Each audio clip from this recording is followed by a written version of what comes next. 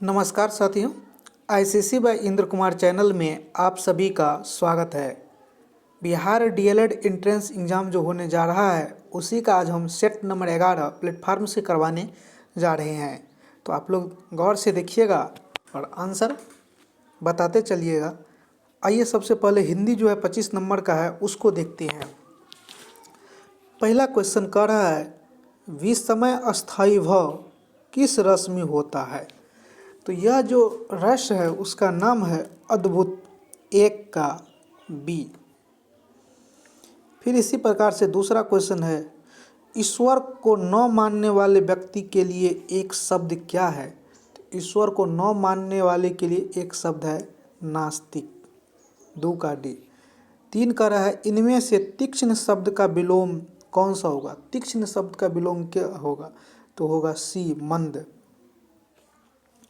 Question number 4 3 बेर खाती थी वे 3 बार खाती हैं में कौन सा अलंकार है। तो इसमें जो अलंकार है वह है यमक, 4 का सी, यमक अलंकार। उसके बाद क्वेश्चन नंबर 5 बाग बाग होना मुहावरे का अर्थ कौन सा है। तो बाग बाग होना मुहावरे का जो अर्थ है वह है अति प्रसन्न होना, 5 का सी। छठा क्वेश्चन है हेत प्रीत से जो मिले तासो मिलिए धाय, यह उक्ति किस संत कवि की है। तो यह उक्ति जो है कबीरदास की है, 2 का डी। इनमें से कौन विवरण चिन्ह कौन सा है। तो विवरण चिन्ह के बारे में बात कर रहा है तो विवरण चिन्ह ये बी नंबर जो देख रहे हैं ये विवरण का चिन्ह है, 7 का बी। क्वेश्चन नंबर 8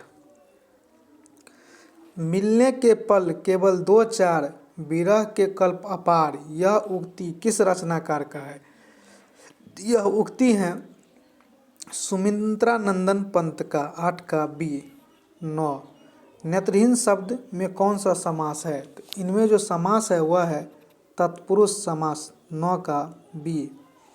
10वां अस्थायवार का विलोम शब्द कौन सा है। तो इसका विलोम शब्द है जंगम, 10 का बी। 11 नंबर का रहा है नेकी का फल बदी, इस लोकोक्ति का अर्थ क्या है। तो इस लोकोक्ति का अर्थ है भलाई का बदला बुराई, 11 का बी। 12 देवर्षि का सही संधि विच्छेद कौन सा होगा। तो इसका संधि विच्छेद होगा देव जो ऋषि, 12 का ए। 13 वर्णिक छंद कवित्व के प्रत्येक चरण में वर्ण होती हैं। तो वर्ण की संख्या इसमें जो होता है वह होता है 31 से 33, 13 का ए। क्वेश्चन नंबर 14 कर रहा है जिसे कभी बुढ़ापा ना आए, इस वाक्यांश के लिए सही शब्द कौन सा होगा। तो जिसे बुढ़ापा कभी ना आए उसके लिए होगा अजर, 14 का डी। 15 मैं आपके विचारों से अंशतः सहमत हूँ, इस वाक्य में किस प्रकार के क्रिया विशेषण का प्रयोग हुआ है। तो वह प्रयोग हुआ है परिमाणवाचक विशेषण का, 15 का डी। 16 प्यारे देशवासियों आप सबको स्वाधीनता दिवस की शुभकामनाएं, इस वाक्य में प्यारे देशवासियों में कौन सा कारक है। इसमें कारक है संबोधन कारक, 16 का डी। 17 तुम गांव में जाकर सरपंच से बात करो, वाक्य क्या है। ये वाक्य है आज्ञा सूचक वाक्य। कैसा वाक्य है, आज्ञा दे रहा है, आज्ञा सूचक वाक्य है। 18 कह रहा है संयोग के लिए सही संधि विच्छेद को चुनिए। तो संयोग के लिए सही संधि विच्छेद होगा समजोड़ योग, 18 का सी। क्वेश्चन नंबर 19 निम्नलिखित में शुद्ध वाक्य नहीं है, इनमें से कौन शुद्ध नहीं है। तो वह पहला वाक्य है जो शुद्ध नहीं है, 19 का है, वह गीत की 2 लड़ियां गाती हैं, यह शुद्ध वाक्य नहीं है।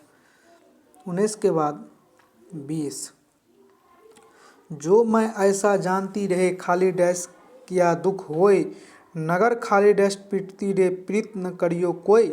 गीत की इस पंक्ति में रिक्त स्थानों की पूर्ति के लिए सही विकल्पों का चयन कीजिए। तो सही विकल्प होगा प्रीत ढूंढोरे, 20 का ए।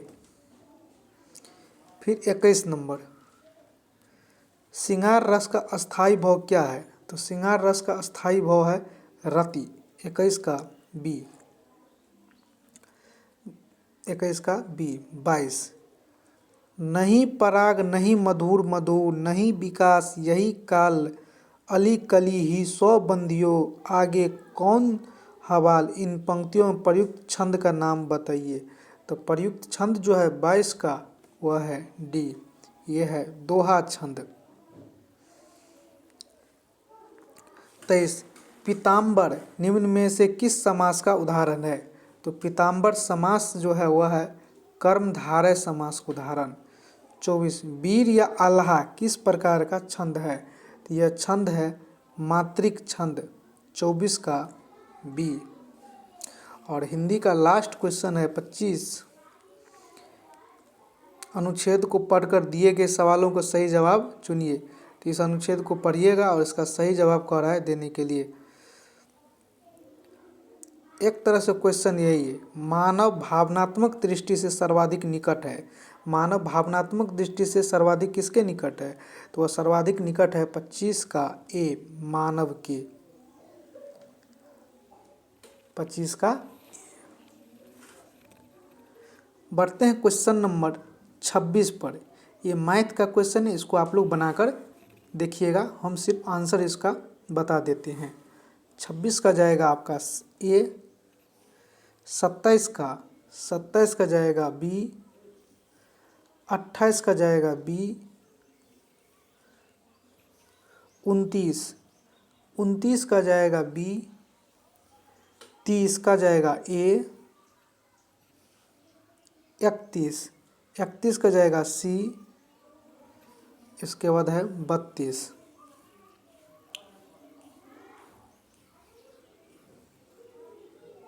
का सही आंसर जाएगा सी। 33 का सही आंसर जाएगा 33 का बी। 34 का सही आंसर जाएगा सी 336। 35 का जाएगा बी 824। 36 का जाएगा सी। 37 का जाएगा सी। 38 का जाएगा बी। 39 का जाएगा सी। 40 का जाएगा बी। 41 का जाएगा सी। 42 का जाएगा सी। 43 का जाएगा डी।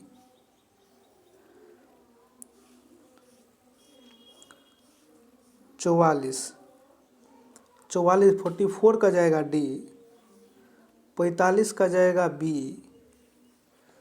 46 का जाएगा ए। 46 का जाएगा ए। 47 का जाएगा सी। 48 का जाएगा बी। 49 का जाएगा बी और 50 का जाएगा सी। चलिए आते हैं साइंस पर। साइंस कह रहा है 51 नंबर, टेफ्लॉन निम्नलिखित में से किस एकलक का बहुलक है? तो टेफ्लॉन जो है वह बहुलक है टेट्राफ्लोरोएथिलीन। 51 का ए, टेट्राफ्लोरोएथिलीन।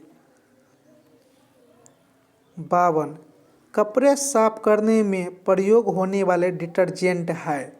तो इसमें प्रयोग होने वाले डिटर्जेंट है उपयुक्त में से कोई नहीं। 53, ध्वनि अपेक्षाकृत अधिक वेग से चलती हैं जब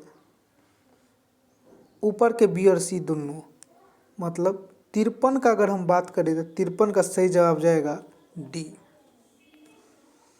54 कह रहा है न्यूट्रॉनों की संख्या कितना है? तो न्यूट्रॉनों की संख्या इसमें 143 होगा। न्यूट्रॉन अगर आपको निकालना हो न्यूट्रॉन की संख्या, तो ये जो 235 है मास नंबर 235, इसमें से आप घटा दीजिएगा 92 को, तो आएगा आपका 5 में से 2 गया 3, 13 में से 9 गया 4, 143। अगर न्यूट्रॉन की संख्या निकालना रहे तो ये मास नंबर में से इस लास्ट नीचा वाला को घटा दीजिएगा इसे कहा जाता है परमाणु संख्या। मतलब परमाणु द्रव्यमान संख्या में से परमाणु संख्या घटा दीजिएगा तो आपको न्यूट्रॉन की संख्या निकलेगा। 55 जीवाणुनाशक सल्फा ड्रग क्या है? तो जीवाणुनाशक सल्फा ड्रग जो है सल्फाडाइजीन है। क्या है? सल्फाडाइजीन है। निम्नलिखित में से कौन सा कथन सही नहीं है? तो करा अस्थि मज्जा मानव शरीर में लाल रक्त कणिकाओं का निर्माण करता है। ये बिल्कुल करेक्ट है। अस्थि मज्जा जो है मानव शरीर में लाल रक्त कणिकाओं का निर्माण करता है। बी कर मानव की रीढ़ की हड्डी में 28 केशुरिक होते हैं। 56 यही गलत है, 28 नहीं होते हैं। मध्य कर्द में मौजूद स्टेपस मानव कंकाल की सबसे छोटी हड्डी है। ये सही है। मानव शरीर में मौजूद अपेंडिक्स एक अवशेषीय अंग है। ये भी सही है, ये भी सही है। तो इसका सही जवाब हो जाएगा 56 का बी। आइए 57 नंबर पे।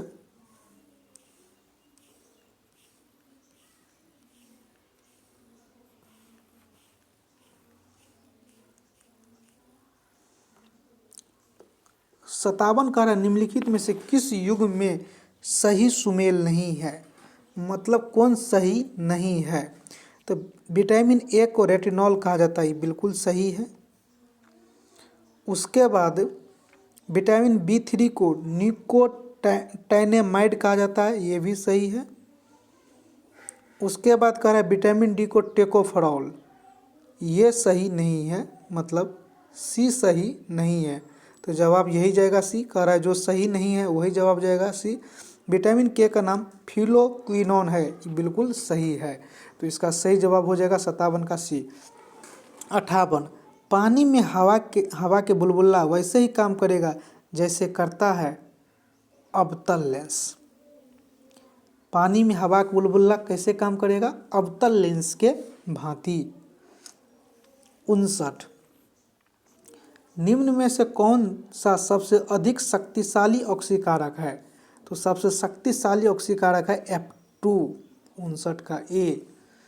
तत्वों के निम्न जोड़े में से कौन से जोड़े दोनों तत्व संक्रमण तत्व है? कौन कह रहा है इसमें से संक्रमण तत्व है? तो ये Fe और Pt जो है संक्रमण तत्व है।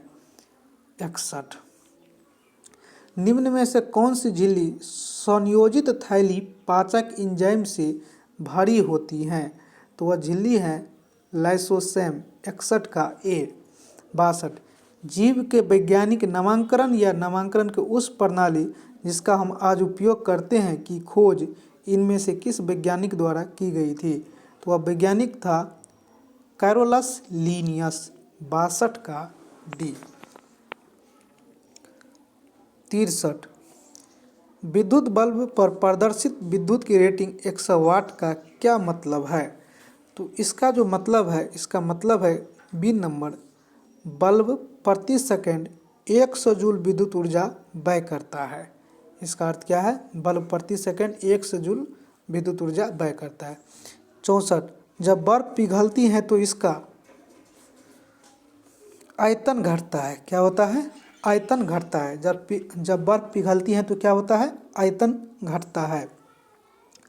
65 नंबर क्या है? 65 का निम्नलिखित में से किसका उपयोग अमोनिया गैस को सुखाने के लिए किया जाता है? तो अमोनिया गैस को सुखाने के लिए किया जाता है बिना बुझा हुआ चूना। 65 का बी। निम्नलिखित में से कौन उपधातु है? तो उपधातु अगर आप लोग को याद होगा तो आर्सेनिक एक उपधातु है।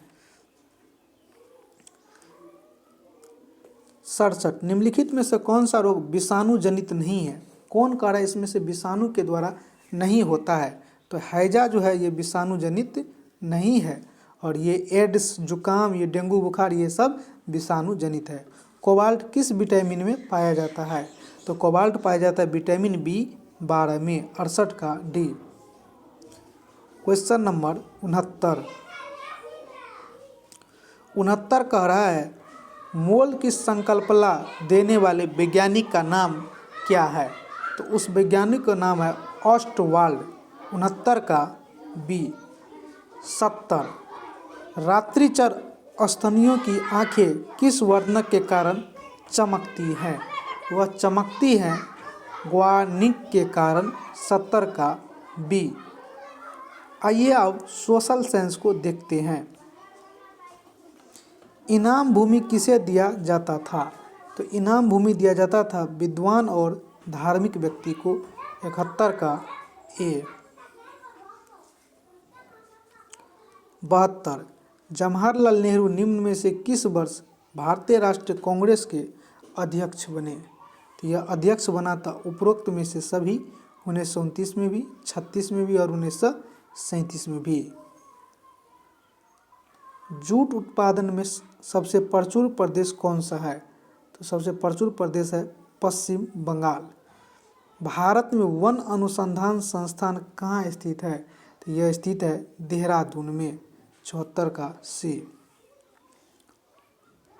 75 कह रहा है किसी राज्य में विधान परिषद का सृजन या किसी राज्य से विधान परिषद का उत्साधन किया जा सकता है। इस बात का उल्लेख भारतीय संविधान के किस अनुच्छेद में है? तो यह अनुच्छेद है डी में 169।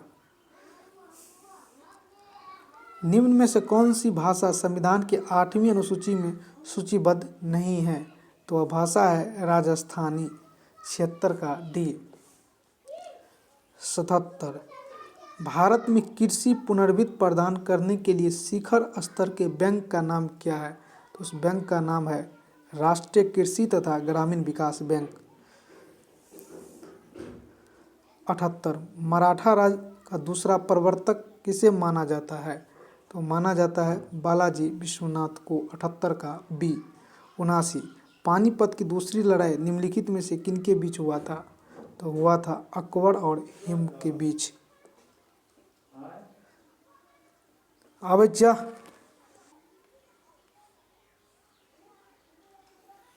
79 के बाद 80।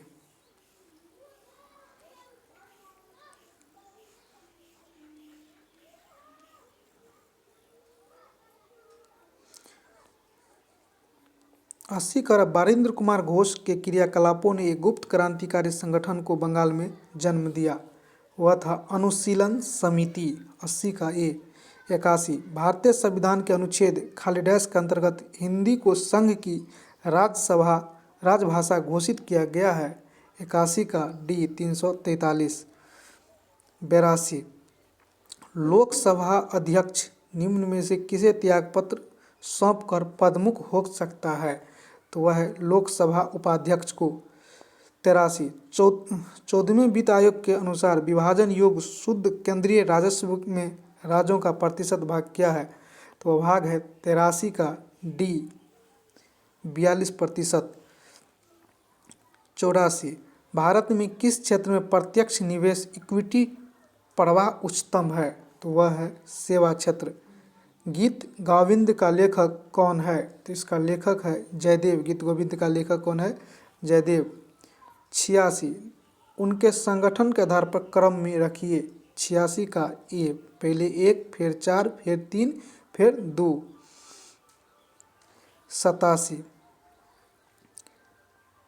कह रहा है निम्न कथनों को गौर करें। 87 का सही जवाब होगा सी।